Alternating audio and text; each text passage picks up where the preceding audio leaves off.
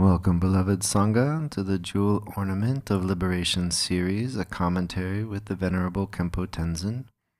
We'll begin today in the Yellow Garchen Buddhist Institute prayer book on page 4 and 5 with opening prayers. Until awakening, I take refuge in the Buddha, the Dharma, and the Supreme Assembly. By the merit of generosity and the other perfections, may I attain Buddhahood for the benefit of all beings. Until awakening, I take refuge in the Buddha, the Dharma, and the Supreme Assembly. By the merit of generosity and the other perfections, may I attain Buddhahood for the benefit of all beings. Until awakening, I take refuge in the Buddha, the Dharma, and the Supreme Assembly. By the merit of generosity and the other perfections, may I attain Buddhahood for the benefit of all beings. May all mother sentient beings, limitless as space, have happiness and the causes of happiness. May they be free from suffering and the causes of suffering. May they not be separated from the happiness that is free from sorrow. May they rest in equanimity, free from attachment and aversion. May all mother sentient beings, limitless as space, have happiness and the causes of happiness. May they be free from suffering and the causes of suffering. May they not be separated from the happiness that is free from sorrow. May they rest in equanimity, free from attachment and aversion. May all mother sentient beings, limitless as space, have happiness and the causes of happiness. May they be free from suffering and the causes of suffering. May they not be separated from the happiness that is free from sorrow. May they rest in equanimity, free from attachment and aversion. Tangwe tuje shaje rezo ra jinja mada tuje panjam ba sirje lumbo tabra jipeka shaje jarbu jadang zan zar dorjen janje delo naro dang ma ba mala juje gambo ba pamo jwa jawan rogong ba kajyo lama namje da jon je da na zira damje do lama laba la ye jizo zan la zan yung din jam zu ngala wang Dindri dunjin ribe gele ezor dazo lo jizon ro war zinja labda zor jua lamdan ro war zinja labda zor lam drwa ze war zinja labda zor drwa iji zanja war zinja labda zor gange denjen re war njawa gawa me ba je me ba jiba me ba da me ba wa me ba ro me ba da de da me donje me driba nye je je den ba zuba sanje ma na je Tamba de la zanzar do e jenjen zuba la ma je je go zan do je zin lan da da da ge ju lan pe de da ge den ba dan sim ji je don la bo jen driba zin je la do zor. Okay, they're my brothers and sisters. Last week I explained how these external objects are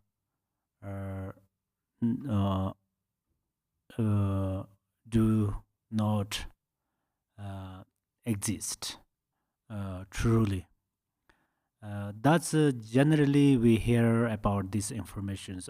External, all things are not exist. But in the last week we discussed about that is a pretty different methods. We apply different methods, which means we establish that with even small particles, small atom or small thing, how it has different parts or different directions or not, and then we make a kind of arguments each others, which means if some says, oh, there is something truly exist, and then we say, does it what to say? Does it has different part, east, south, north, and west and north. It has 4 directions, and then up and down the total 6 parts, and then small things become. Uh, uh, First, we ask, does they have different kind of directions? If yes, then each part has more like 4 directions, and then how to say, and then that for example, if I give you example, this book maybe, so it's some says this book is truly exist.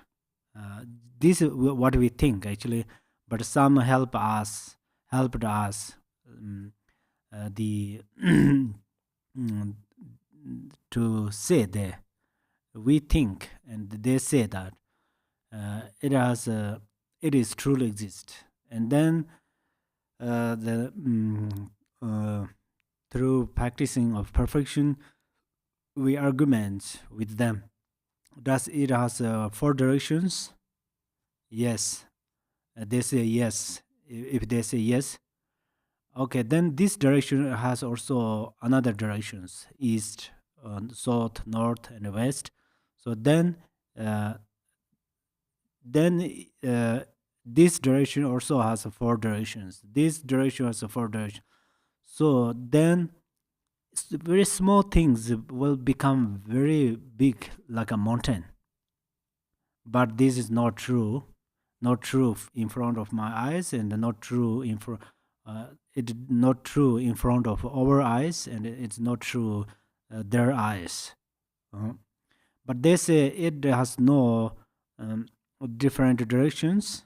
This book has no don't have 4 directions, and then uh, the big things also become small, or then this book does not exist because it has no directions, 4 directions, and so forth.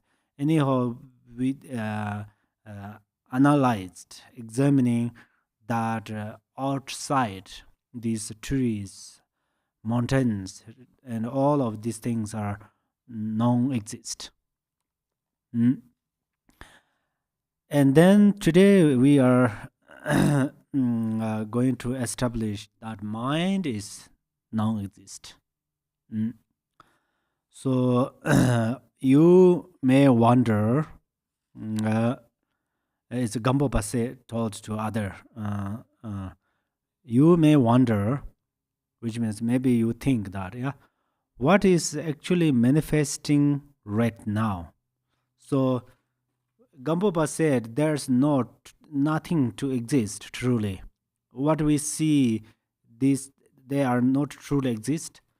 And then they wonder, maybe if you say that, what actually manifesting right now? Yeah, exactly. We have their book or their people or the houses. Then what is this? And then Gambopa has answered, it is an image in the mind that appears to the mind as being in outer world. So it only appears from mind. Gamababa said that. So this is very true. For example, there is one person, uh, one, and there his friend explained about that person is very good things, good qualities, and that person's enemy explained very bad things. So that means then the one person has this both or good and bad both qualities. If that person has, then uh, uh, this both person explain both side, good and bad. But one person explain good things, one person explain bad things, which means they see that good. One person see totally good things. One person totally see bad thing. So that means their mind. So likewise, the Gambopa says, everything what we see is our mind. This occurs through delusion, but mind means it's delusion because they are delusion. So then they appears. If you ask, again, Gampopa said, if you ask, how can we know that is so? So Gampopa just say, oh, what we see is mind.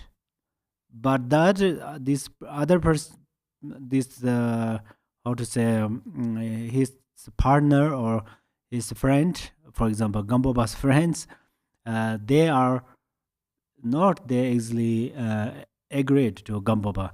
Gampopa said, oh, everything is appear in the mind, not exist. Oh, you are right. They did not say that. They say, how do you know that? Yeah.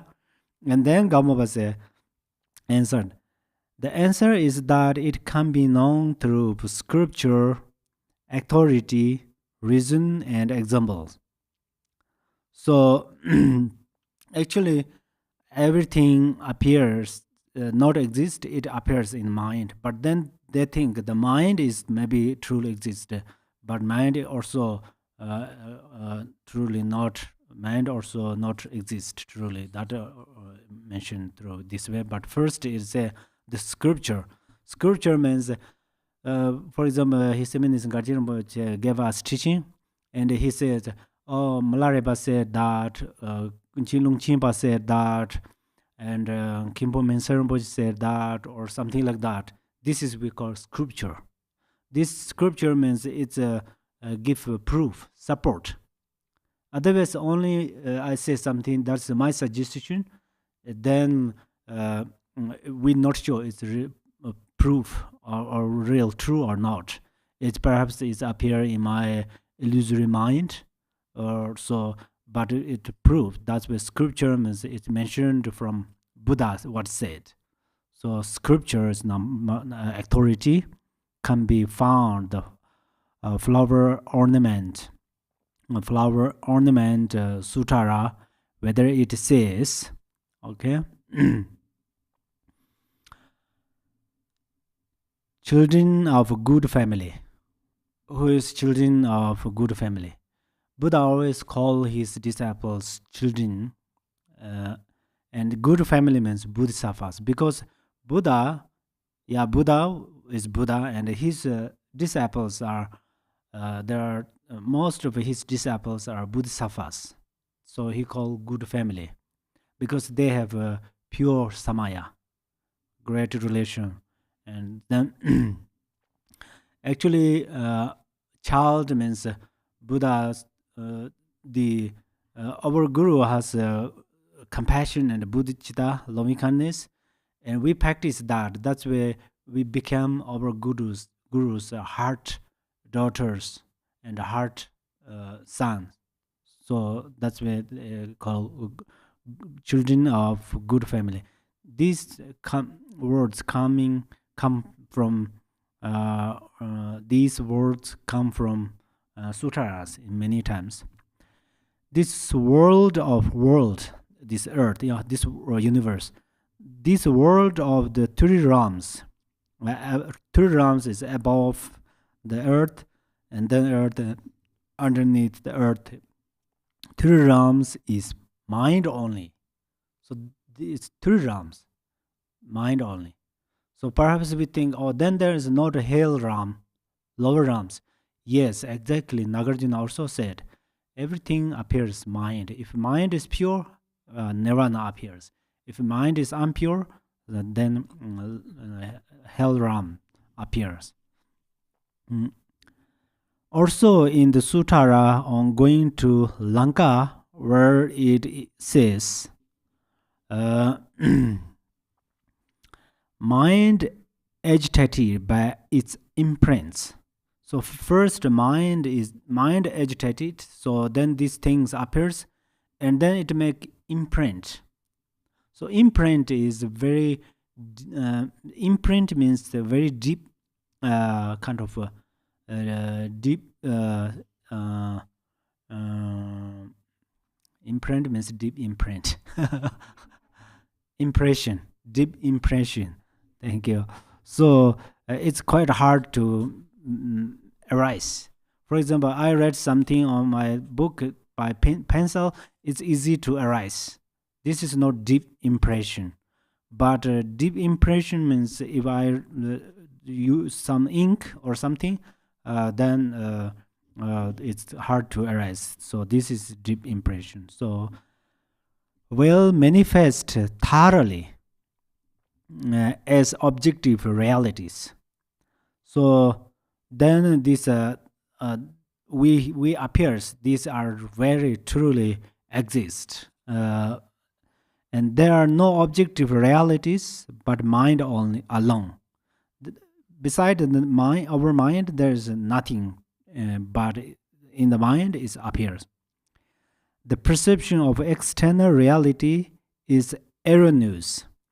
So some my English level, so I try to explain a little bit this. Some Dharma words are pretty hard to understand. So that's why erroneous means actually wrong, wrong.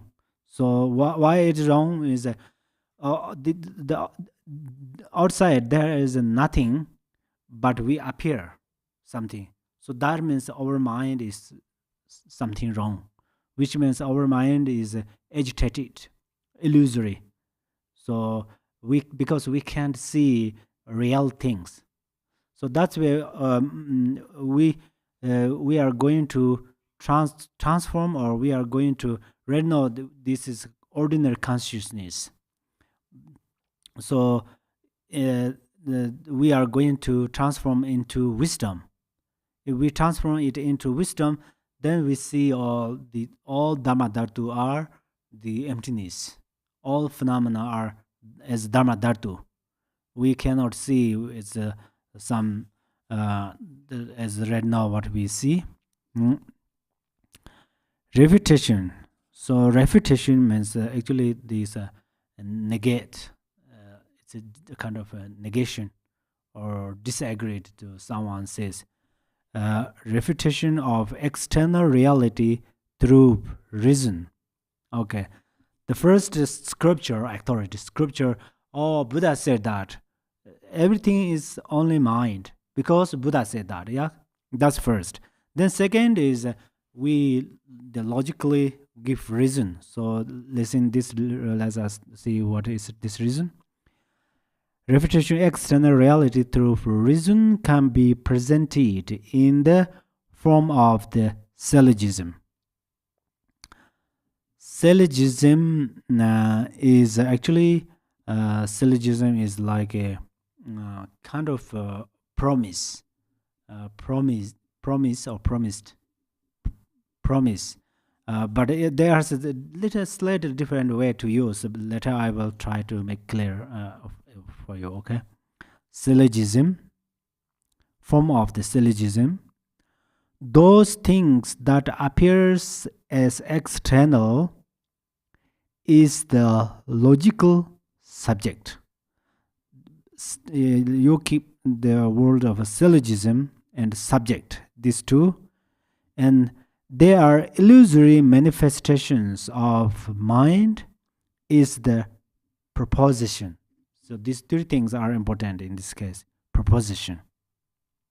Because that which has no true existence is being perceived is the reason.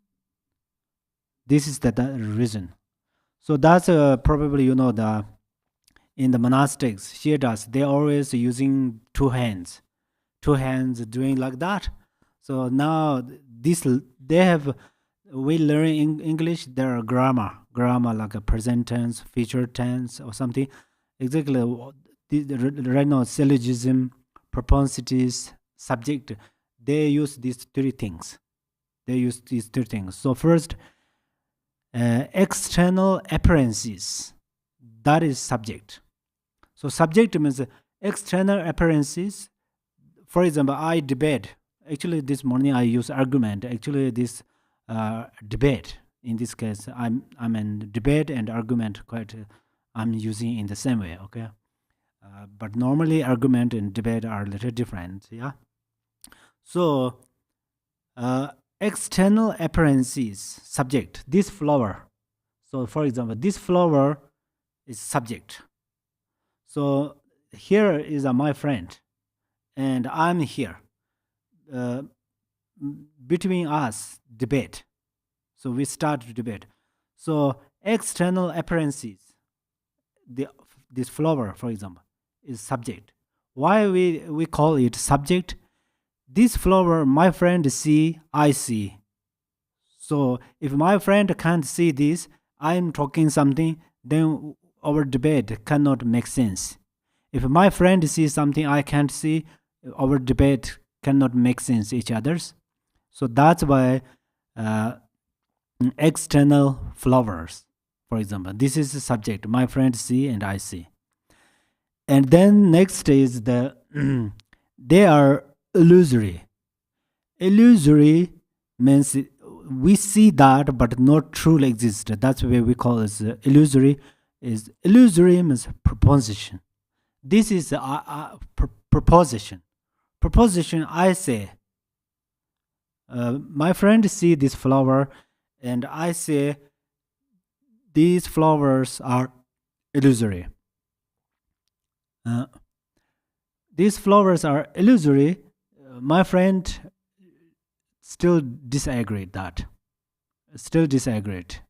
I say this flower is illusory, for example. And then they have no true existence, but they are perceived. This is my reason.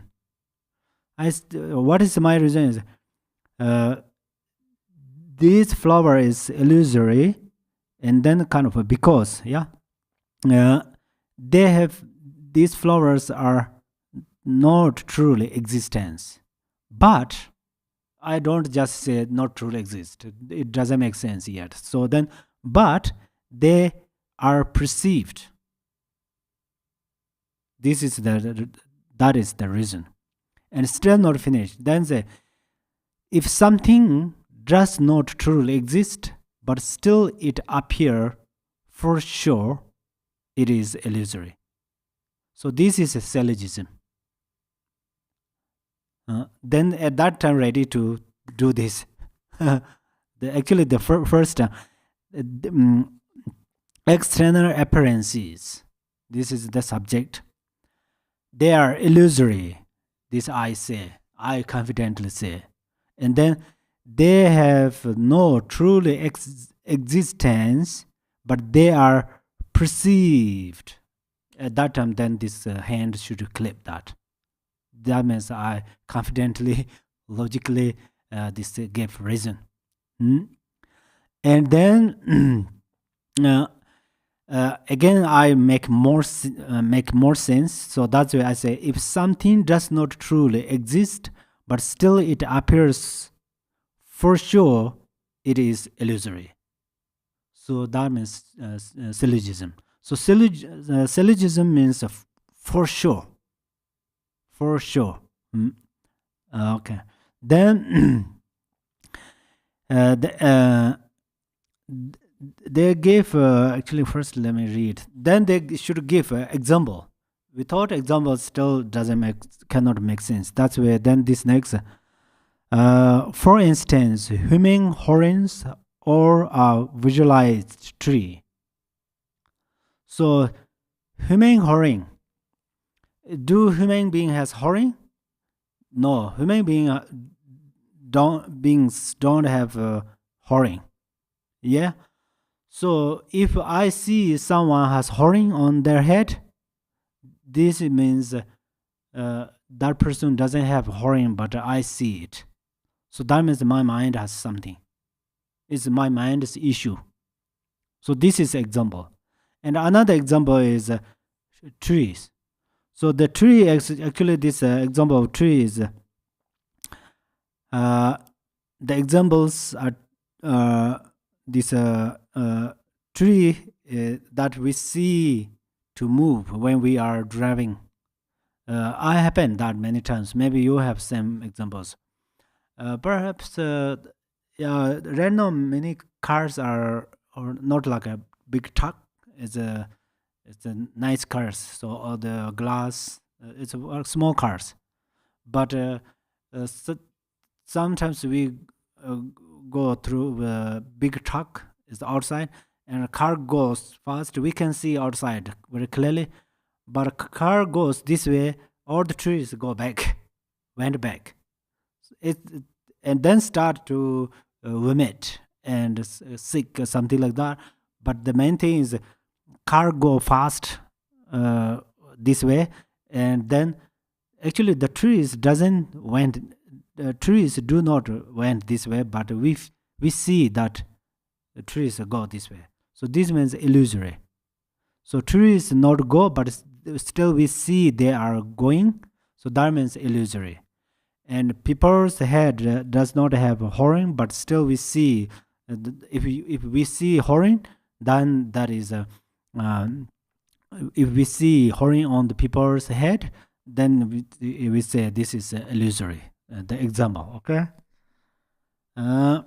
Such manifestation, the subject are also simply illusory projections of mind, the proposition, because they do not appear as that is what they really are, changing appearances brought about by certain causes and conditions, or appearances that can transmute.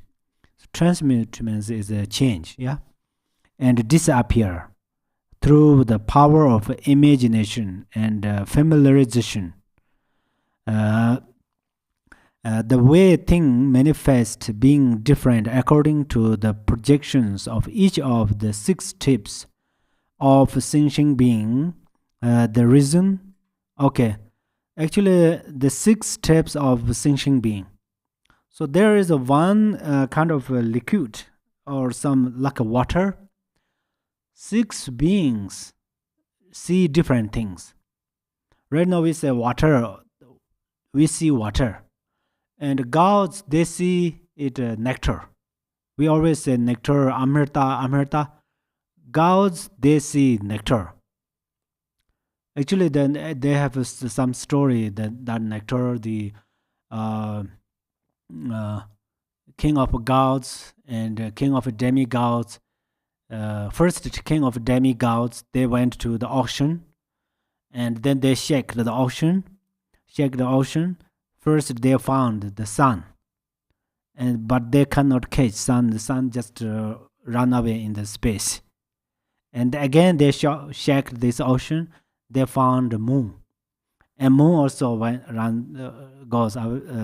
to the space, and then went to the space, and then they shaked. Eventually, they found nectar, amrita, and amrita found. And then, after they found that, and gods understand that the demigods found nectar. If there's who take nectar, then they have longevity. They will not die through the untimely death. Is never exist almost. So then. God has a special power. God, he manifested himself as a beautiful lady, demigod lady, and then he told to the demigod, king of demigods, "Oh, you found amrita, the special nectar. So before we eat this, we have to shower." You have to shower, and then I will offer you. And then these demigods went to the shower.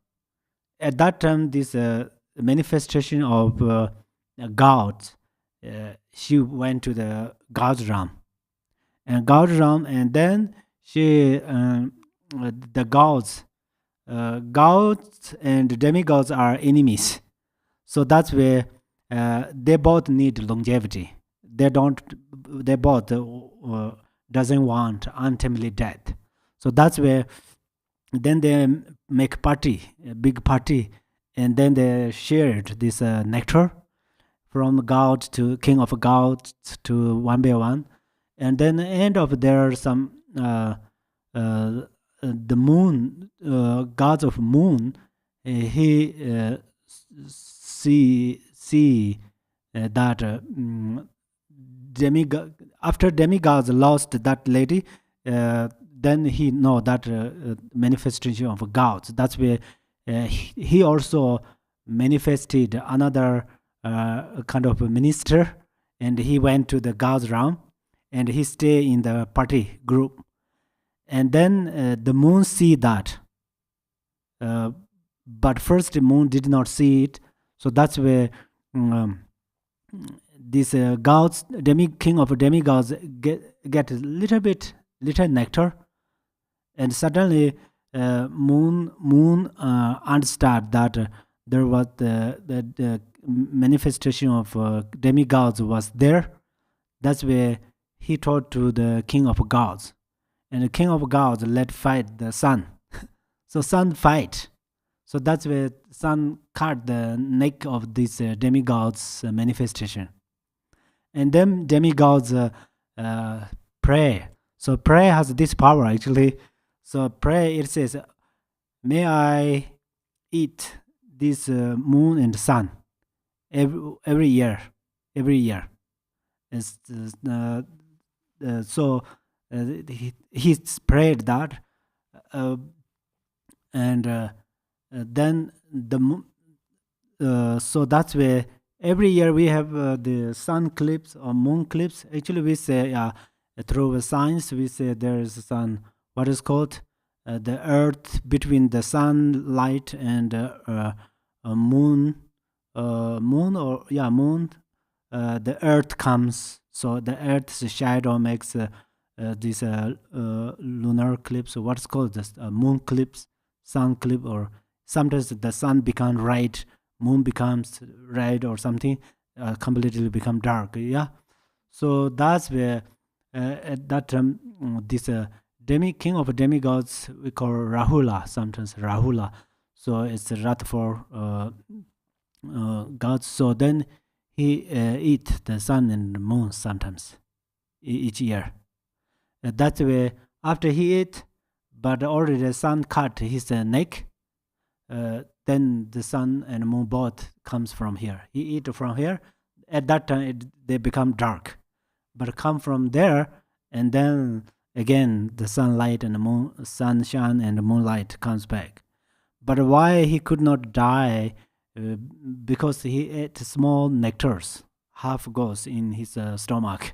Actually, with this Nagarjuna has one teaching. He mentioned each sentence he brings some stories. There are around I think 15 or 20 stories.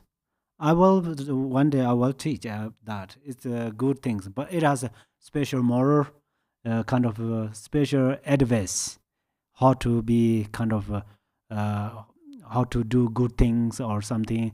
There are lots of advice, good instructions. So that's where if we do that, it will be great. So in the future, then we can discuss on there. Thus, the above presents how the external perceived world is devoid of substantial existence. So that's where then this one flutes, gods see it nectar, and then we see it water, and hunger ghost they see like a pause or something like. And then hell beings in the hell realm beings they see volcano. Volcano is like a water, looks like a fire is looks like a water. It coming, but in reality one object. So they have see different things. That means it related. Our mind is not related.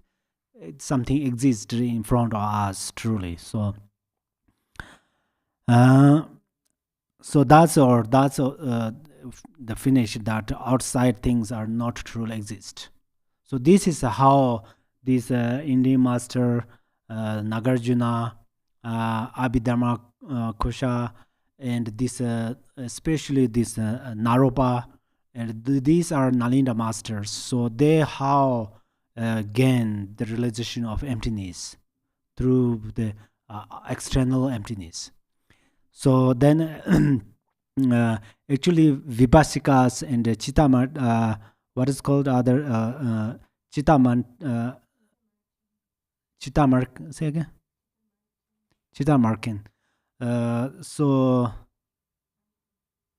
yeah, these two kind of practitioners, they first say the outside things are truly exist. So then Gamboba mentioned that actually Gamboba explained about that, but Buddha and those practitioners said the all external things are not truly exist. But this is very helpful if we focus on emptiness.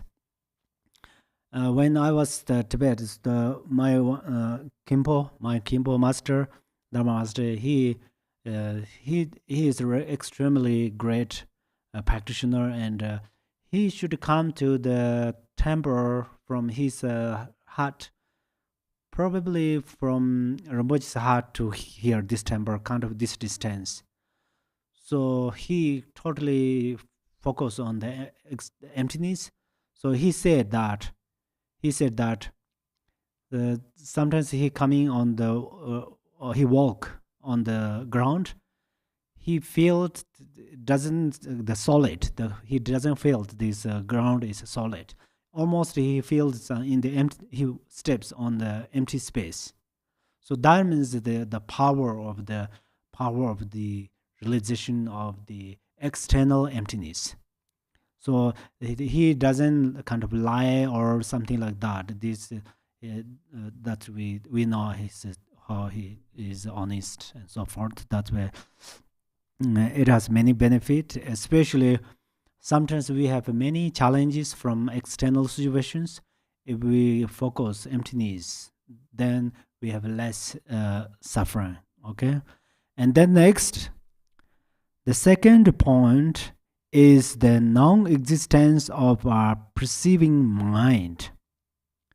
Some practical Buddhas and Chitta mantras consider the subjective perceiving mind really exist as something apperceptive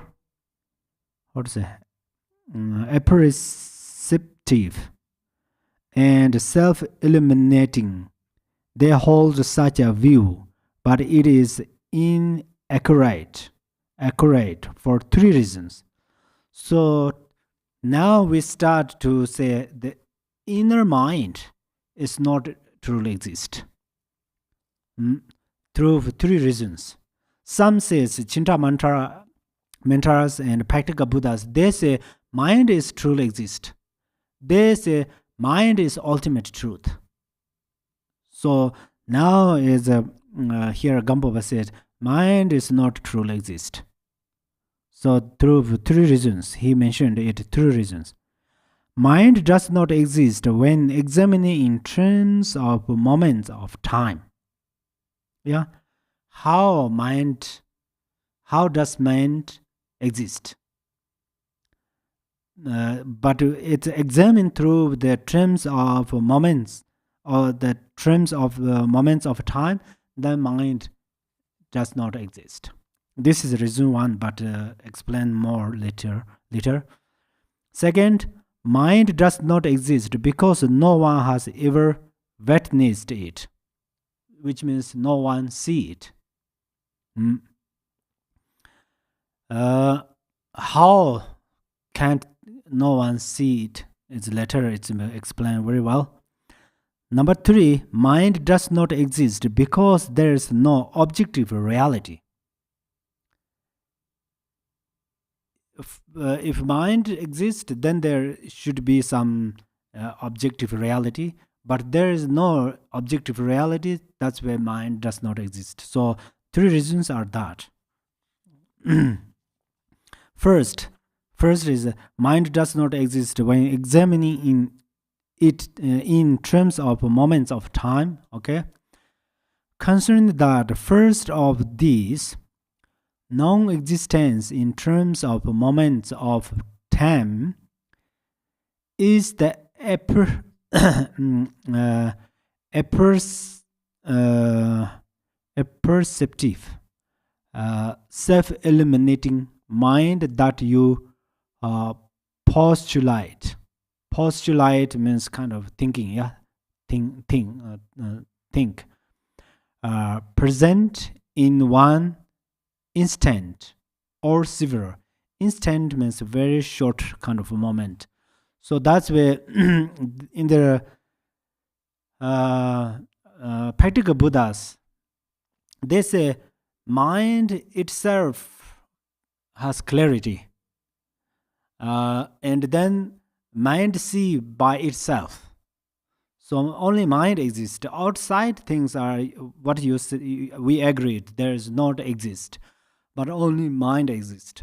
They say that, and then here Gampob asked, if mind exists, perhaps it should be exist in instant or several. This is actually question asked question. So were it truly to exist in each instant, were it truly to exist in each instant, would that instant have past, present, and future? So if mind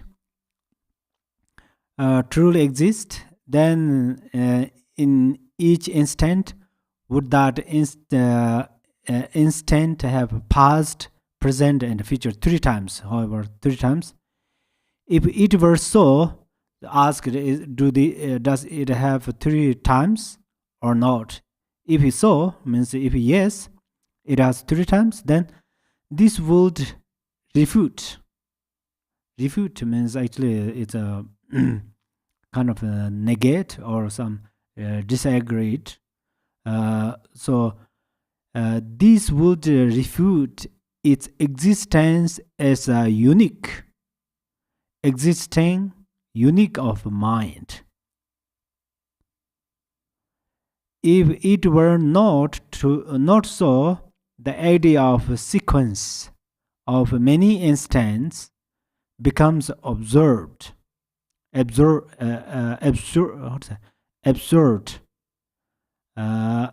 Thus, the precious Garland says, one must examine the instant just as it just as it has an end.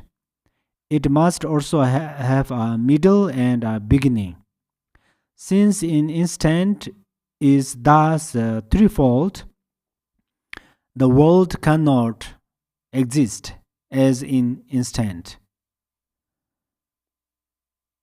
So that's where, in brief, in this time, what he says is, you say there is a mind, which is a perceptive, self-eliminating mind. Yeah, they believe that. So then it has three parts of times, like a future, present, and past. If it has, then you say instant. One instant is not true because it becomes many kind of several parts. It has several parts. So it's one part is not, you say one instant. This is not true. And another, if you think it does not have three parts, like a past and future and present, then that means mind is also not truly exist. Without the existence of the threefold division of time, the true existence of the instant is refuted. Yeah. By its being insubstantial. Through the instant being unproving, the existence of mind composed of such an instance is also unproving. Does mind exist as multiple instants? This question. Were one instant to be proving, it would be reasonable to postulate in accumulation of many instants. But since the existence of one instant is not proving, the idea of mind as multiple instants is not demonstrated either. So that's I already briefly explained. So the instance, if some English levels kind of my situation, then instant is a very kind of short moment, very short parts, very short parts, and then the uh, postulate means proof. So uh, if something like a practical Buddha says, or mind is exist, okay, then for example, Gampopa does not say, oh, mind does not exist. Whether you are happy or not, I should say mind is not happy, not exist. Gampopa does not say like that. Gampopa also examining, analyze how, practical Buddha said the mind is exist. Is exist as this instant or multiple? I mean, it has many parts or one part, or it has parts of 3 times past and the future. No, so that's where we during our vipassana practice, we are going to practice through this way. This teaching is actually vipassana practice, the meditation. The meditation has two, shamatha and vipassana. Vipassana means V means see. V means see in Sanskrit. Pasana means something we did not see before and we see now more clearly. Yeah. So that's where before we say mind is not truly exist. Yeah. And that's all. But then now we examine how it does not exist. And then through this way we understand, then we confidently found that mind is emptiness, inherently does not exist. Now for the second point. What is the second point? Second point, mind does not exist because no one has ever witnessed it. No one see it. Yeah, no one saw it. Now for the second point, the non-existence of the perceiving mind because it has never been witnessed. Seek out the location of mind. Seek means search. Yeah, seek out means search the location of mind. What is the location of mind? Our body. Yeah. So seek out the location of mind in the body, outside it, or between the two. Seek it higher and low. Examining most thoroughly. Thoroughly means very details. Yeah. Is it very details? To determine whether it has any form or color whatsoever. Seek until there is a sense of conviction. Whatever it may be, search for it according to the master's instructions. So master's instructions is Mahasiddha's instruction that we meditate Dzogpa Chenpo and Mahamudara. At that time also they search the mind.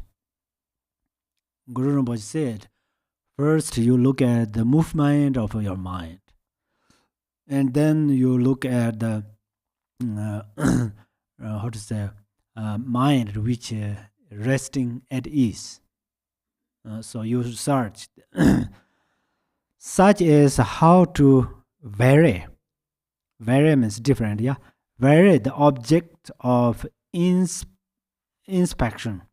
Inspection means you kind of analyze or research or when no matter how you seek, mind is never seen, never encountered, and no substantial characteristic, such as color or something visible, is to be found.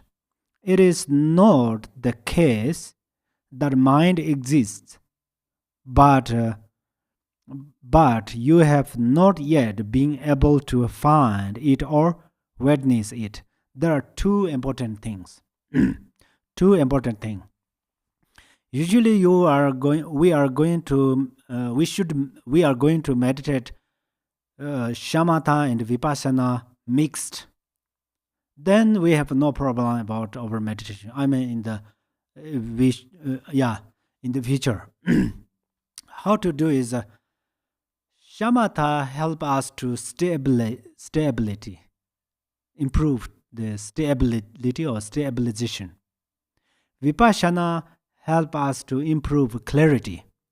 So we first we research where is mind. Is outside mind? Yeah. In this case, mind is not talking about the nature state of mind.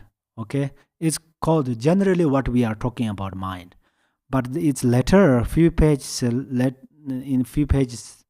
next few pages it mentioned about the nature state of mind. So then we understand what are the difference between them.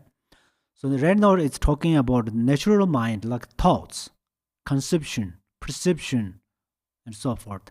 So that's where then mind, in this case, right now I read one chapter, it says, if you seek out the mind from your outside of your body, which means from your crown, and then in the skulls, kapalas, in the eyes, ears, nose, it should go very detailed. You don't go fast. If you research fast, so fast, then you cannot gain some experience. So you should go very slowly. For example, you research in your mind, in your head. You research, is my hairs are mind or not? Inside of here has mind or not? Inside of my skull or kapala has mind or not? Is my kapala is mind or not? My brain is mind or not? Inside of the brain I have mind or not? So likewise, you research, you cannot find in the you cannot find mind in your head, and then you rest at ease. There is no mind. This is shamatha, and you rest there. This resting has a special feeling as you are work so hard, and then you sit on the chair, long breathe. At that time, you have your body tells thank you. At that time, really, your body tells you thank you. Likewise, then your mind and your thoughts think only at that time they tells us thank you. So this, if we can experience that, first we have to research where is the mind, and after we rest for a few minutes or half hour or something, again we research, then our mind become very clear. It's like a candlelight. It has more oils. We add more oils in the butter lamp. We add more oils. This fire become bigger. Likewise, so this is one important thing. Another important thing is here, for example, in this case, Gamboba said. I say Gamboba said because it will make more sense for us. So Gamboba said, I told you, Gamboba taught to these practical Buddhas, for example. I told you there is no mind, means first some mind is exist, after few years later or few months later or few hours later, mind become non-exist. I don't mean like that. Gamboba said that. This is important. If something first have like a, first have, after something happen, this is the unreality thing. So that's why we cannot liberate from this unreality perception, fixation. So that's where it says, It is not the case that mind exists, but you have not yet been able to find it or witness it. Mm. If it cannot be seen, no matter where it is sought. Sought means the past of you look, yeah, looked. It is sought. It is because the investigator is the investigated, and the seeker is beyond the scope of his or her own intellect, beyond the scope of words, thoughts, ideas, or expression. So, first we said external things non-exist. After we researched, and then we found emptiness. And second, some says the mind is exist. Then researched and investigate the mind. Mind does not exist. And then investigator. For example, I am investigating my mind, but I am not truly exist. So right now it says that, yeah. Everything's are this is important, always important. The seeker is beyond the scope of his or her own intellect, beyond the scope of words. So Heart Sutra, actually we recite no eye, no nose, no ear. So this Heart Sutra mentioned this. Scope of words, thoughts, ideas, beyond the scope of words, thoughts, ideas or expression. In that area is beyond. The reality things beyond of thoughts, beyond of the words, beyond of expression, yeah. That is why in the Kashyapa chapter Sutara it says. So Kashyapa has some stories about Kashyapa is actually the full ordained monk, which Shakyamuni Buddha's disciple. So Shakyamuni Buddha, he Kashyapa in Tibetan called Wusong Jimpo, Ninti Wusong Jimpo. So Kashyapa's father is a very rich in his village. His family was very rich family. His village has a king, had a king at that time. The king, at that time there were many kings, so the king and the Kashyapa's father, the wealth are same. Kashyapa is one family, has a family, and then his village has a king. His family, Kashyapa's family, was very rich. So I don't know this exactly called the in the ancient the farmers plow the ground. At that time, what's called, there are some material things to open flog, yeah, flog the ground, plow. They have this king has this material called plow. That king has 1,000 plow, which made by gold. But Kashyapa's father has 999. He did not 199 plows, which made by gold. But he did not made exactly 1,000 because he respected to his king. So his family was very rich. And then before Kashyapa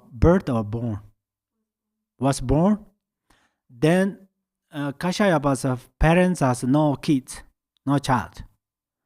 And then they were always supplicate the big wish that they have a child. And then in their yard has a tree, one tree is called banyan tree, one tree. And then that tree, his mother always went there and offering teas or something like that and supplicate, please may I have a child, and she always offer, and then both his father and the mom both offered. Eventually, Kashyapa was born.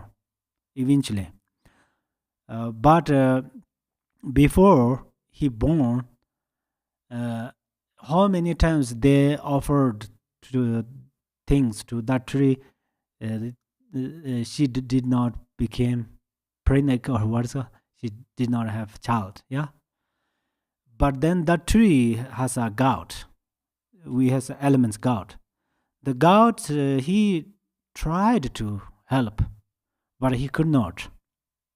He could not do it, and then he went to the god's realm, and he asked Indra, or king of god, Indra, king of gods, and the king of gods also could not help because it is very much related to karma. And then, but king of gods asked Buddha like this, and then Buddha told to king of gods, you tell to these gods of Bayantri, continually try to help, because Buddha see in the future karmas ready to come. So that's where then Buddha told to this Indra, or king of gods, and then king of gods told to the Bayantri, gods of Bayantri, you should help them. One day will occur result. And then he tried to help their family. So that's where eventually then Buddha also blessed, and through this way eventually their karma repent. So that's where Kashyapa's parents has a child who is Kashyapa. Kashyapa is the name of one tree, banyan tree. Banyan, probably it is banyan tree. Big tree. The lower side has no branch. It's like umbrellas. Very big tree. There are many branches. If I'm not wrong, I think it's a banyan tree. So it looks like a quite umbrella. So, and then they were so happy that the Kashyapa's parents were so happy. They thought that tree gave them this baby. That's why they call him the tree's name, Kashyapa. So then Kashyapa grew, and he was very handsome, very handsome and smart. But he has what? Do you know? He don't have ordinary desire. He don't have this kind of very ordinary thoughts. For that reasons, but then his family, parents told him, you should marry it.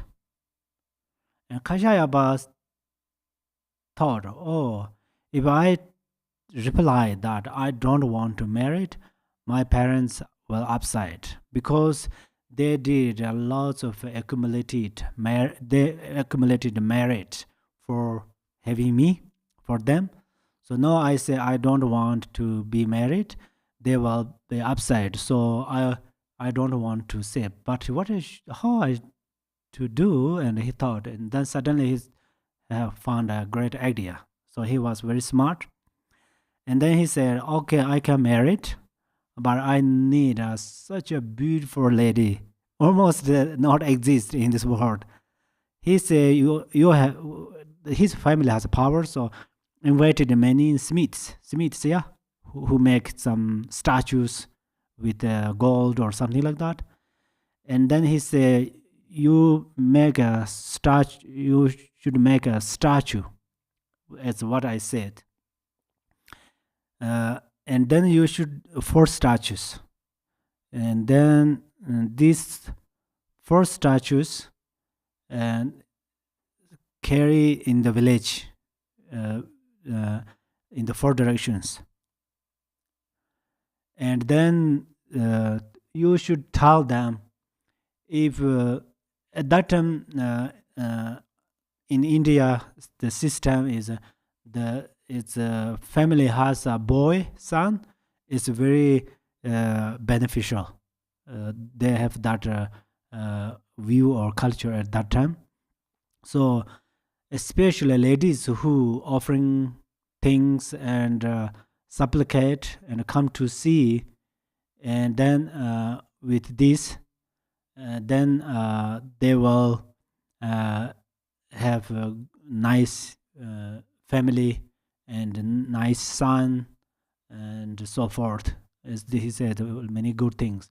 So that's where then his father invited many smiths. I think are called smiths, some who kind of designers who make a statue like a goddess statues. So then they made four of that, and then his father king ordered to his people to go east direction in the village, south direction in the village, north and four directions.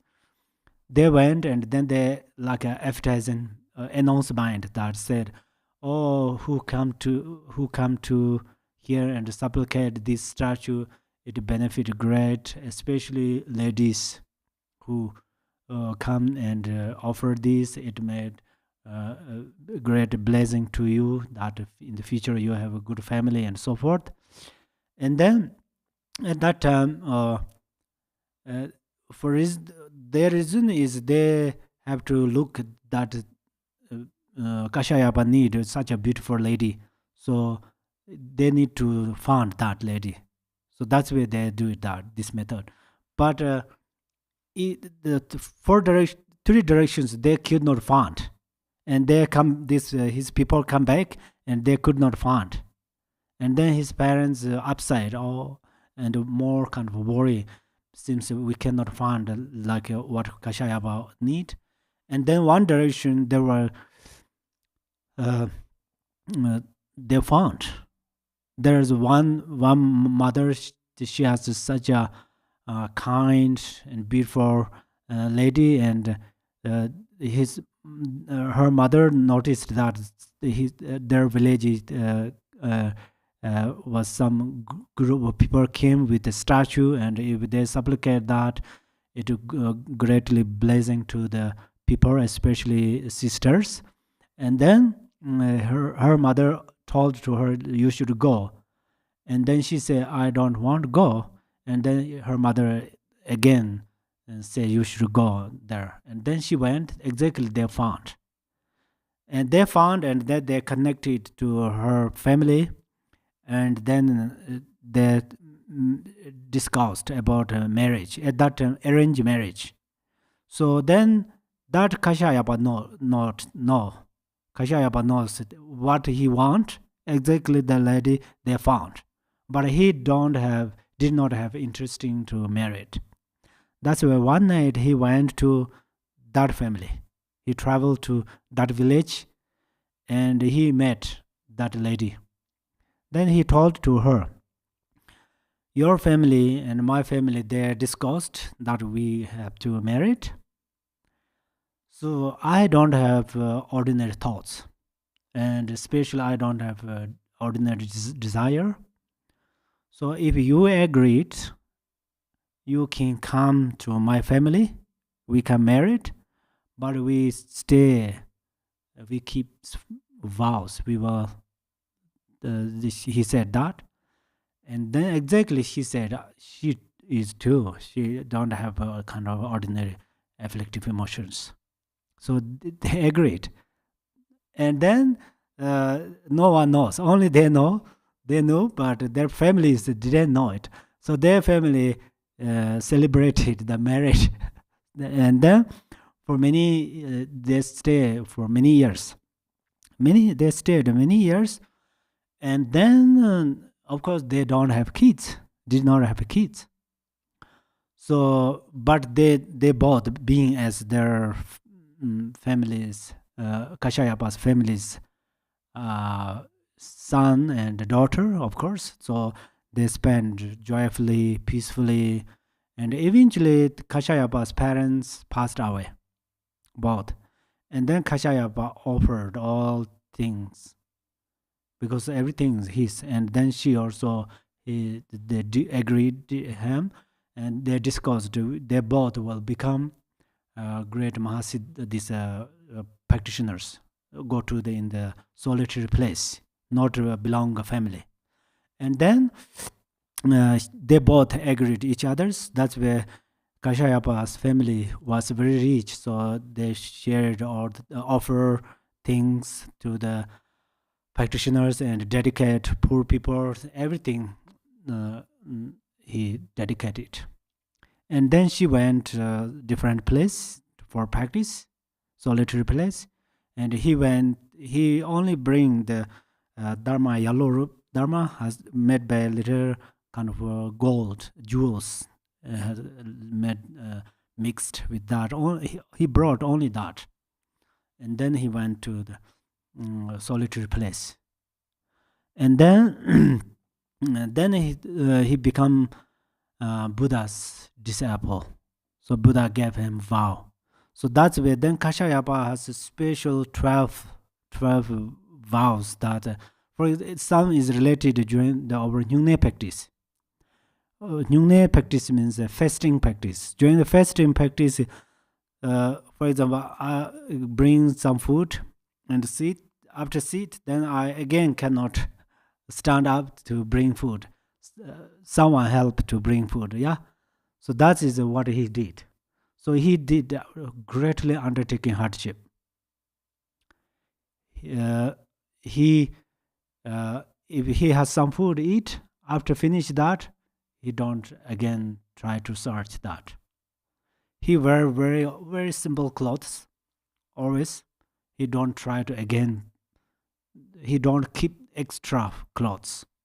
He don't keep extra food, and there are many of that like that. So he become great practitioner and a disciple of Buddha, and he offered this dharma rope, which he brought from his family, and Buddha used that. So this is the Kashyapa always there comes. So today I shared you about that story. So then Buddha taught to the Kashyapa, yeah?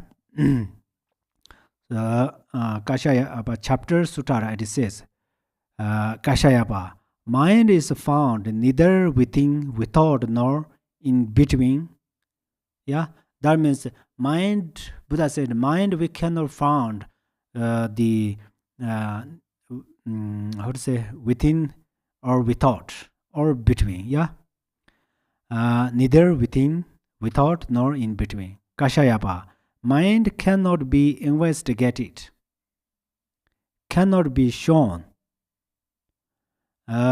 cannot be used as a base, cannot appear, cannot be known, and has no abiding. Kashyapa, mind has never, is never. Mind has never, is never, and will never be seen, even by any of the Buddhas. So this is who taught? Buddha taught to Kashyapa. How any Buddha seeing the mind in the past time and present and future. So which means right now we say mind, this ordinary mind is not exist.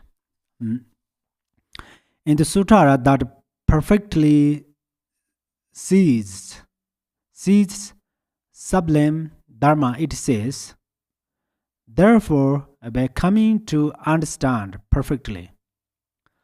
So now I am not a great scholar and practitioner, but this reciting Sutaras, if you understand clearly my teaching, it's wonderful, but if you can't, still you listen these Sutaras. It's exactly Buddha taught, Buddha's speech. So you listen has a really great benefit. That's why in the many Sutara, Buddha said that if some recite Sutara, or some hold the Sutara, or some read the Sutara, they all have great merit. Buddha said that.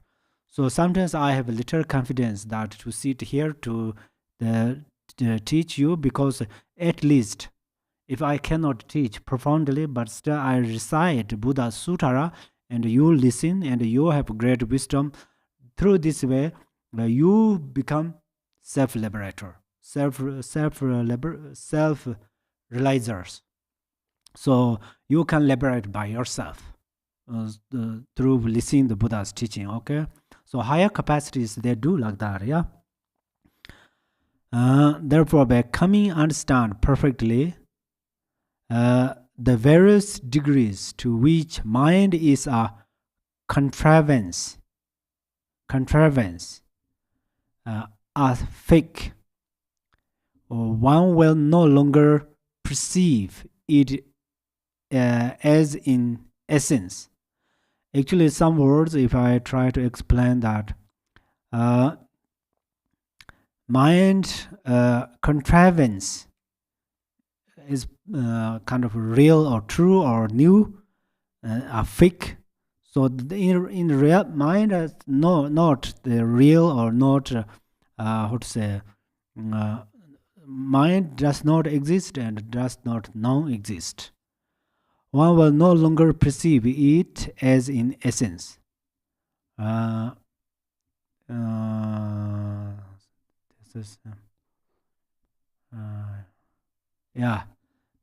some who understand that mind is not truly exist, one will no longer perceive it as essence, devoid of any essence. Phenomena are without any real existence. All phenomena are imputed. So imputed means all phenomena we just made by our thoughts, and luckily we give some names. We could give name the book. So what is the book? Where is the book? Before this book exists in this world, this name exists, or after this book exists, then we give name. So same like everything is actually imputed. That means just believing by mind, but inherently not exist. Yeah, I have taught their nature to be such. So Buddha taught real things, real nature of things, outshining the two extremes. So outshining means two extremes means like nihilism and externalism. So we say, oh, it is permanent. This is truly exist. I is truly exist. This is we have naturally this fixation. And then some think, oh, there's no next life, no karma, cause and effect. So this is nihilism. Yeah. Outshining the two extremes, we are going to liberate from these two misunderstandings. The wise practice the middle way, this emptiness of essential reality. So middle way means not nihilism, not externalism. This is the path to enlightenment. This emptiness of essential reality, this is the path to enlightenment. I too have taught this path. So Buddha, what he taught is that. Buddha taught the middle way. Middle way means not nihilism, not externalism. Eternalism. The unwavering suchness Suttara says, okay, every phenomenon is by its very nature unboring. So this is important. Every phenomena, not only our human body, even thoughts, unboring, essentially non-abiding. We say we abiding, misunderstanding, we purify something pure. In the reality, there is no purifying, because there is no non-virtue. So problem is we don't understand that. That's where we are doing. We try to reach on this stage, but we have to do a lot. Free from the extremes of acting and action, and beyond the scope of thoughts and non-thoughts. So this is many times happened. If there is no thoughts, then there is non-thought. It should be non-thoughts. If there should be, it is something non-thoughts, then this is not thought. So we always extreme one. We always goes one and one how to say area. So we cannot rest in the middle way. We cannot rest at ease in middle way. That's where we create karma through afflictive emotions, and then we are suffering. So we have to know this realization. After we knowing this realization, we liberate from all sufferings. Since no one has ever witnessed mind, no one sees mind, it is pointless to speak of it in terms of a perception, and self-elimination. So this is a pointless. But this Nagarjuna said, example, the very sharp knife. Knife is very sharp. It can cut the many material things, but it cannot cut by itself. Likewise, it cannot cut by itself. Likewise, the self-eliminating, a perception and self-elimination is not exist in the mind.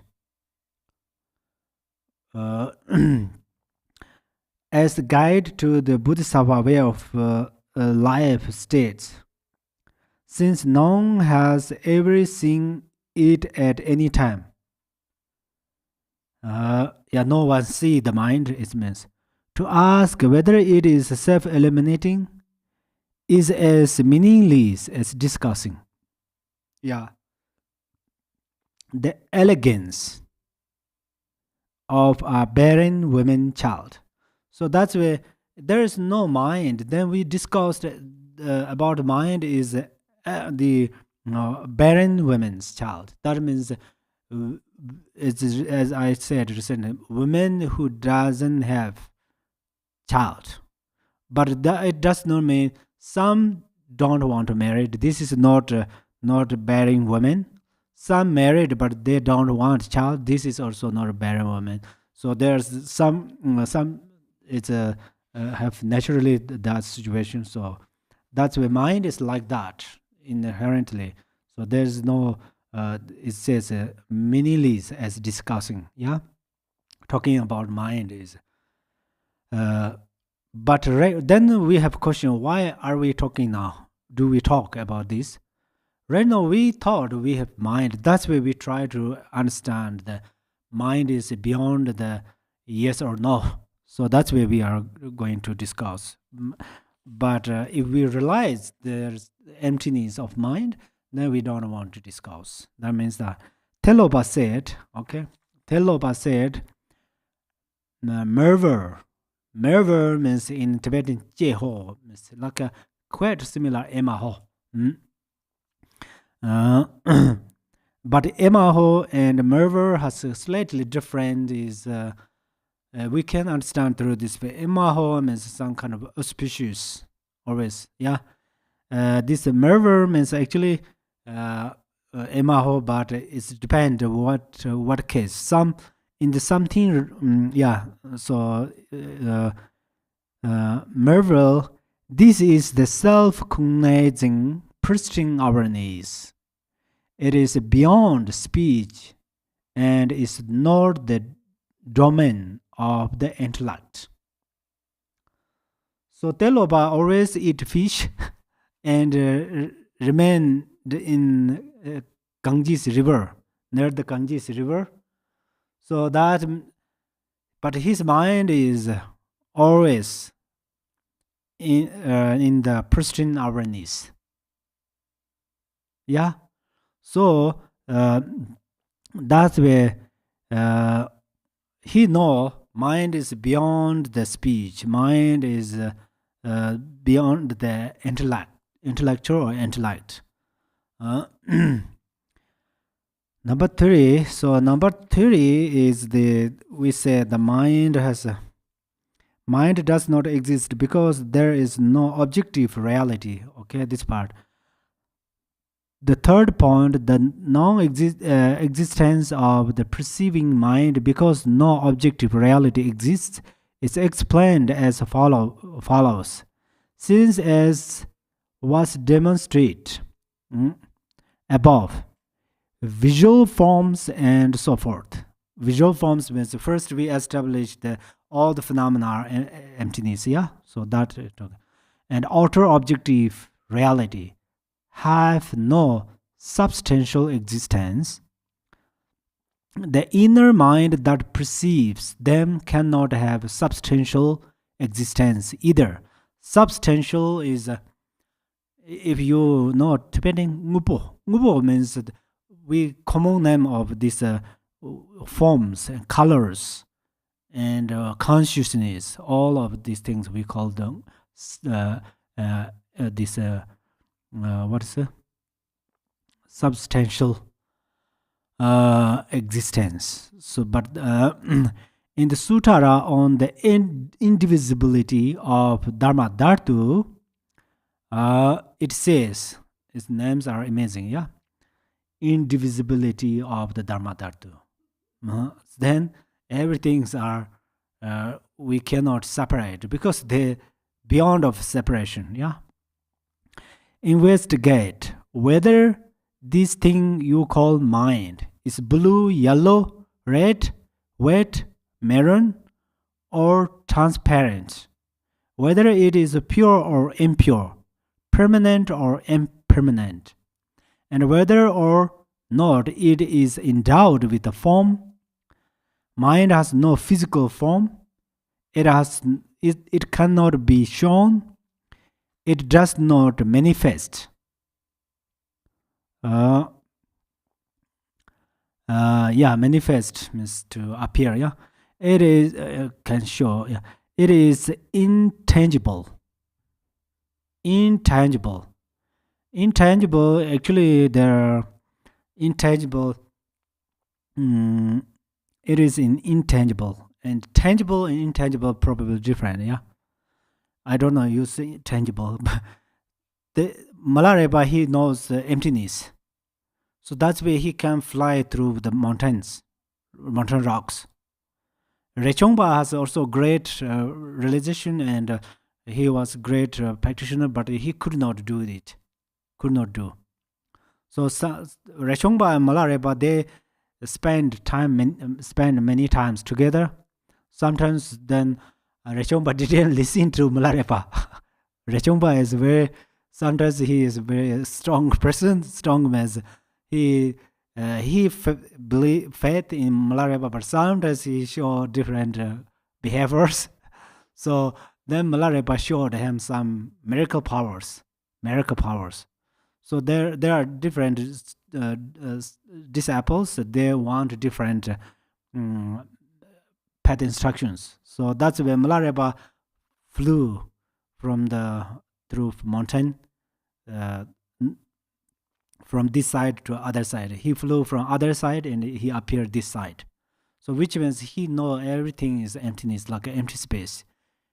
In this empty space, all the flues of birds, they can fly. If they touch on the glass or wall, they cannot fly through this way.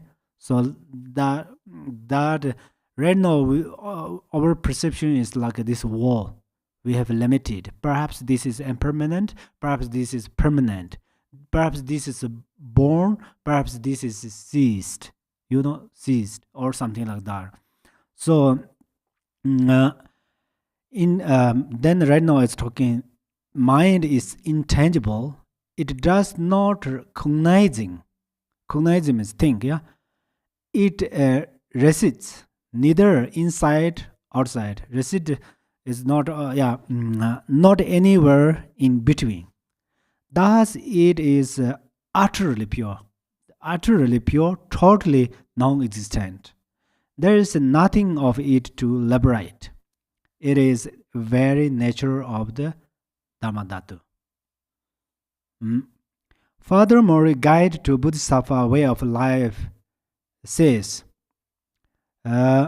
whether when there is nothing to be known, what is the point of speaking of known? If there's nothing to know, then I say I know something. What is that? So now sometimes we are listening this part, it makes what to say, it's more confused or something like that. But that is a good sign. If you are clear, oh, exactly like that, this is wonderful. So this, you don't worry if you are a little confused. That means you are in this path, really. So, and it is certain, therefore, that without the presence of something knowable, there can be no knowledge. Through the above points, it has been demonstrated that the perceiving mind, a subjective mind, has no ultimate existence. This concludes the session discussing the belief in substantial reality. So right now it mentioned this till now it says the substantial realities are not exist. Even outer these material things, forms, colors, and inner mind, all of they are not exist. So then third, refutation of belief in unreality.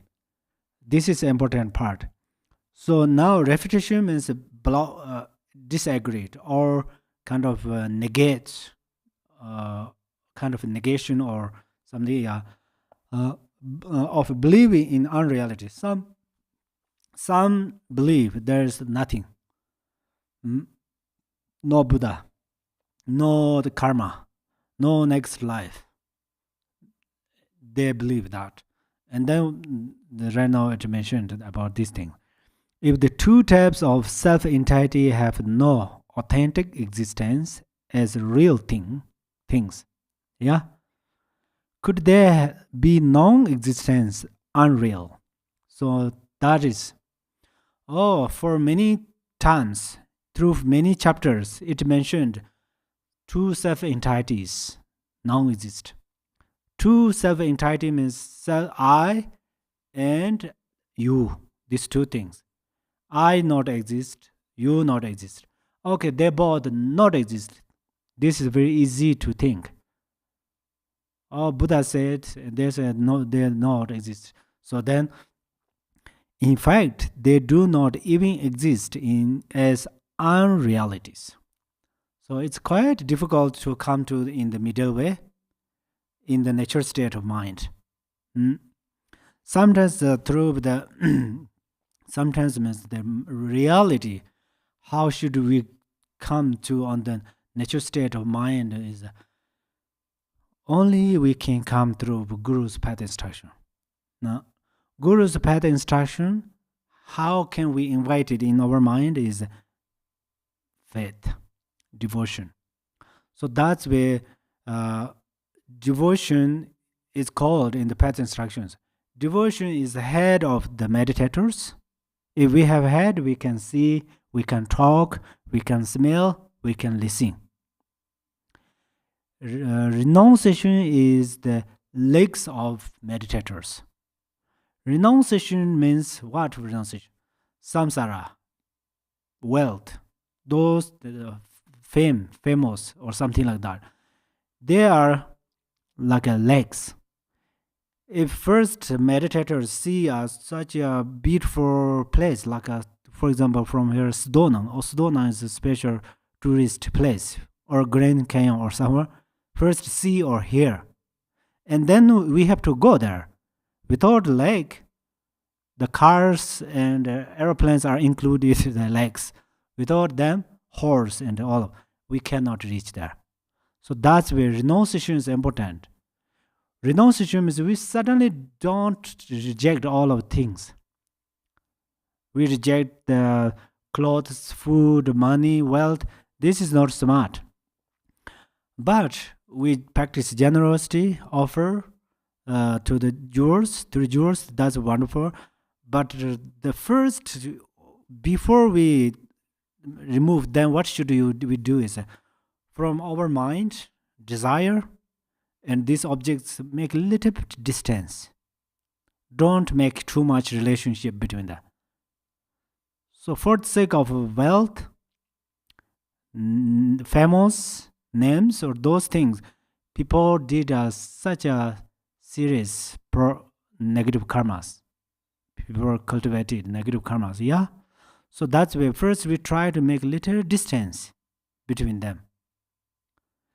If we make a little distance, the benefit is that sometimes you have a special thing. If you lost or something happened, you will not become crazy. If you are too much fixated on there, something happened, lost, or someone stole that, it's really possible one becomes crazy. So that's why we have to make a little distance. That means something happened, it's okay. Not 100% agreed that, but we can say it's okay. So this is through psychologically very helpful. Why were one or the other to have had true first place as something real, and then to have ceased existing, non-existence would be feasible. Feasible means possible, yeah? However, since neither the two kinds of self-entity nor mind ever had substantial existence in the first place, they cannot be classed in either of these extreme of definition of existing or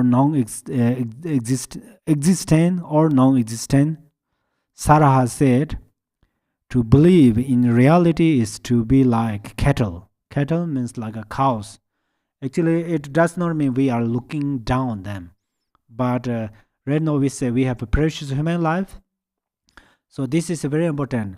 We have a precious human life means next stage is our stage is Buddha's stage. Really, that's why we say we have precious human life. All humans, they don't have a precious human life. Who has bodhicitta, loving kindness, compassion, they have precious human life. So we don't have bodhicitta, yeah? I mean relative truth. But we cultivate bodhicitta, relative bodhicitta. And then we gain the ultimate bodhicitta. When we accomplish ultimate bodhicitta, we become enlightened. So that's where our stage is Buddha's stage. That's where we have a special precious human life. So then this precious human life is important, but it's very quick. It's so fast. So if we waste it, then difficult to gain Buddhahood. Where or one another have had true existing in the first place as something real, and then to have ceased existing, a non-existence would be feasible. Or I read that, sorry. Sarah said, I believe in reality. To believe in reality is to be like cattle, but to believe in unreality is even more stupid. So Sarah even used this word, stupid, yeah? So that means we think, oh, there's no self-entities. There's no self-entities, so there's no Buddhas. Then there's no karmas. So then what happened? Then we do whatever we think. And then people kill to people and lots of these things happened. So we should follow the law of karma is important. That's why it says it's not so bad if we think something exists. Yeah. The Sutara on going to Lanka says, externals are neither existent nor non-existence. Mind cannot be truly apprehended either. The characteristic of the unborn is to be utterly other than all these views. Sometimes if you can remember this one verse is very helpful. These are path instructions. The precious Galen says, when no substantial reality can be found, how can there be unrealities? Yeah. If we cannot find a substantial reality, then how can be found the unreality substantials? Something like that. Then the mistake of believing in non-existence. Okay, what is false? If belief in existence is the root of samsara, will those who hold a view of the non-existence become liberated from samsara? This question. In fact, this mistake is even worse than the one explained above. As already mentioned, Saraha said, to believe in reality is to be like cattle, but to believe in unreality is even more stupid. It also says in the heap of jewels in the Kashyapa chapter Sutara, Kashyapa, the view of personality, even if it is as big as mountain, mirror, is relatively easy to abandon, but not to so for a decidedly arrogant view of emptiness. And furthermore, flawed views concerning emptiness will be the downfall of those of little wisdom. So that's where if we misunderstand about emptiness, then this is very dangerous. That's where it's the flawed views. So emptiness means not exist. Or something, oh, there's no karma. If we introduce then they say the karma, there is exists a karma. It's very difficult to make sense.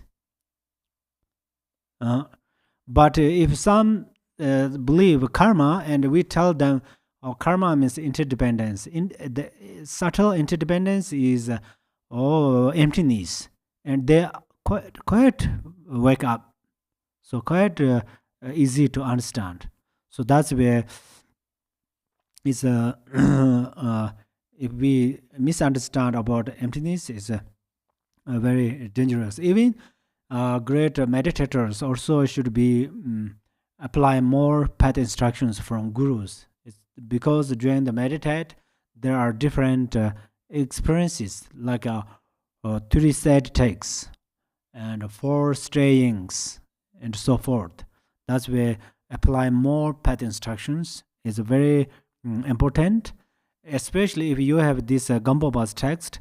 This is a very unique text that it's mentioned, bring many sutaras. It brings many informations of Vajrayana. Especially it brings special path instructions from Saraha, Telopa and so forth. That's where it's if you practice through this way, you quickly improve. You can quickly improve your realizations.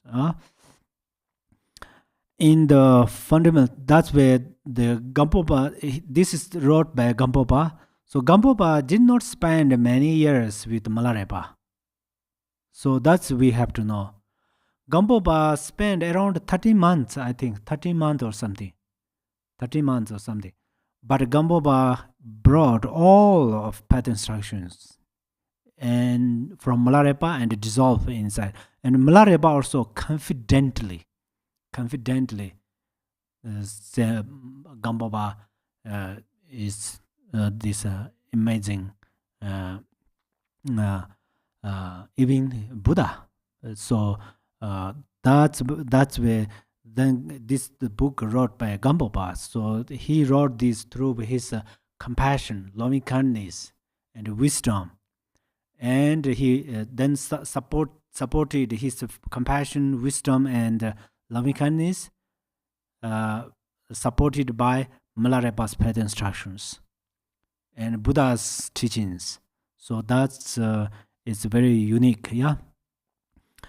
Those in the fundamental verse on the middle way, it says, those who believe in emptiness are said to be incurable. Incurable means it's so difficult to like recover from this situation, yeah, if we misunderstand. Then there's why are they incurable? Yeah, take the example of the stronger purgative.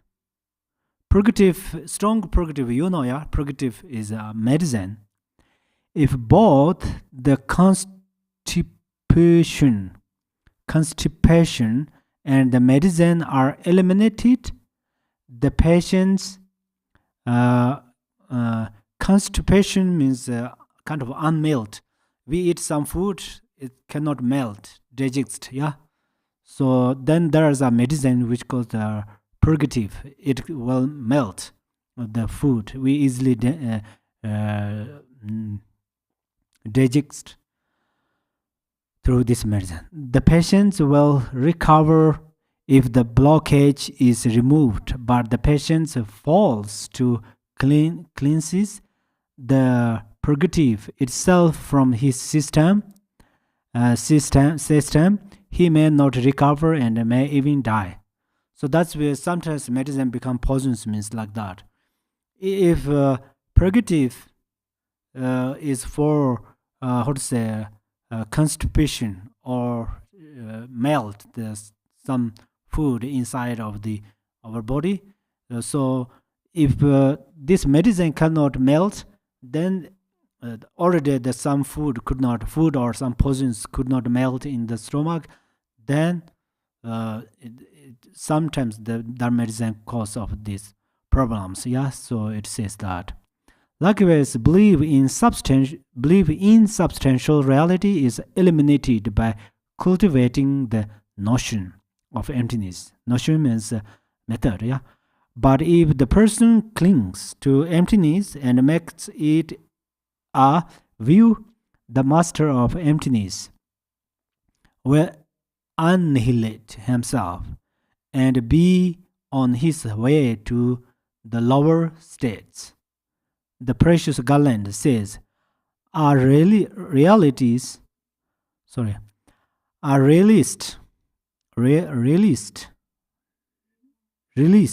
goes to the higher states, a nihilist to the lower ones. This is important. Who is a realist? Is believe karma. Oh, if we generous to this and we were reborn higher realms. If we offering this and we have some also good wealth and a good merit, so that's where they goes to the higher states. A nihilist go to the lower ones, means no, there's no karma. If we create merit, cultivate merit, it doesn't benefit and so forth. Then we were reborn in the lower realms. We have more chance that. So if you the precious Garland who said that, Nagarjuna said that. So it's one of the middle way practice. So Sutta, the middle teachings. So if you memorize this, it's very good. A realist goes to the higher states, a nihilist to the lower ones. Yeah, pretty easy to remember that. Thus, the latter mistakes is worse than the former. Yeah, latter means the first. Former is the first who who says, "Oh, everything exists." There are two people. Yeah, some say everything exists. So we actually introduce them that not exist, but still they have good karma. Some say nothing. We say nothing is not is also non-exist, but they are so difficult to make sense. So that's why I say that. The mistake of the both belief. Okay, both means this.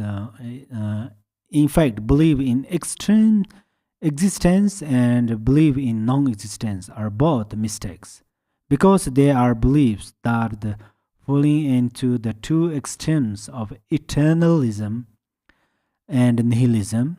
The fundamental verse on the middle way says, exists is the view of eternalism, and does not exist is the view of nihilism. So in the Zambala prayer, we always say something, something, eternalism, something, something, nihilism, which means the it's talking about people's view, yeah. To fall into the extremes of eternalism or nihilism is a confused ignorance, because this two views are come from ignorance. While there is such a confused ignorance, there will be no liberation from samsara. The precious Garland says, to believe that this mirage, like a world, mirage means sometimes we see the weather is very hot, and then from far we see something like a rains over there. We go there, we went there, but there is no rain. But still, farther there see like a rain. That is we call mirage. Yeah, generally the kind of this. Either exists or non-exist. No, either exists or does not exist is confused ignorance. Only made by ignorance. Yeah, with such confusion, there's no liberation. The path to liberation. Okay, well then, what does bring liberation? Okay, until now it talks something is not right, something is discorrect, this something is incorrect, or lots of things we said. Then what is the real liberation? It's a great question. Yeah, what does bring liberation? Yeah, it is the middle way that does not abide in extremes and that leads to liberation. As the precious Garland says, those who fully understand the truth just as it is, that each and every phenomenon is and always has been non-produced, and do not depend on the two, eternalism and nihilism, will become liberated from samsara. So now, when we see like this, we hear like this information, the experience is extremely important. So who should gain experience? We are going to gain the experience. How should we gain the experiences? We are going to meditate. What is the meaning of meditate? The meaning of meditation is we do something repeatedly, frequently, again and again. So that's where in the path instruction of meditation, it says do more but short period. This is one important. And then, as I mentioned, the devotion is the head of meditators. So you supplicate your guru from decisively, from purely, clearly. This is number one. And then Another helper things are keep bodhicitta in the mind, keep compassion, and then the other way is the renunciation that the samsaric situations. So then through this way we all gain pure experience, okay, and then we will become enlightened. Okay, thank you so much. Now we dedicate. Chanchu Sum Jo Rinpo Che Ma Je Ba Na Je Jor Che Je Ba Nyam Bar Me Bar Ya Gong Ne Gong De Be War Jo. May bodhicitta, the precious and supreme mind, arise in whom it has not yet arisen. Where it has arisen, may it not decline, but ever increase higher and higher. Thank you so much. May all your bodhicitta increase higher and higher.